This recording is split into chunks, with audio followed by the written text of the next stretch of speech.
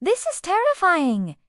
This is a story from a Reddit user, and man, if this isn't the plot of a horror movie, I don't know what is. It's honestly crazy how similar this feels to an episode of Black Mirror. And look, we've all been there before. We've all gotten those weird late-night texts from numbers we don't recognize. Sometimes it's telemarketers. Sometimes it's someone you went to middle school with that wants to make plans. But in our minds, we tend to run through all these scenarios wondering who it could be. So I understand our protagonist here wondering who this message is from, but instead of running through all the potential scenarios in his mind, he decides that the best course of action would be to respond. Big mistake, dude. You've now opened a door that you can't close. You literally invited whatever this is into your life. But of course, our dummy here doesn't know that. So he sends a message back saying, "Who is this?" And the fact that this person responded at 3:17 and then again at 3:36 shows that this is no ordinary person. Our guy may not be the brightest bulb in the batch, but he is able to pick up on the creepiness of the situation because in his next message he says, "I passed. For now." Yeah. That does seem kinda creepy. So it's understandable why our protagonist hasn't slept since.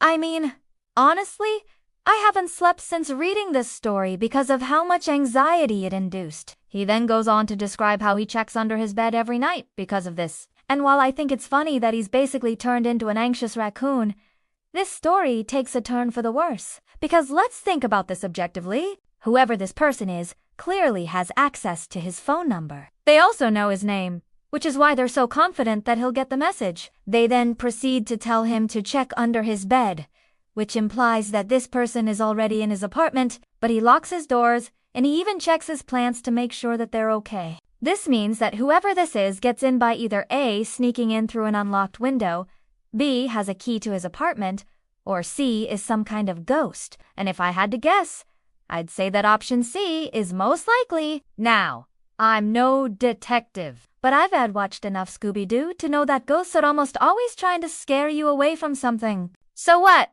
could this ghost want? Well, to find out, all we have to do is look under the bed. Don't believe me? Let's check. Okay. Yep, there it is. It's his sock. Wait, hold on. What's written on that sock? Is that a name? Oh yeah. His full name. His full name written on his sock. How did this get here? I don't know. How did he not notice this before? Well, whatever the reason, this sock appears to be the only connection that he has to whoever is messaging him. So the smart move would be to wash this sock immediately and cut off all contact. So the moral of the story is when you get late-night texts from a random number, don't respond. But also, if you do get late-night texts from a random number, maybe check under your bed for clues. You never know when a good mystery story will strike. Remind me to check under my bed later. Thanks. Bye.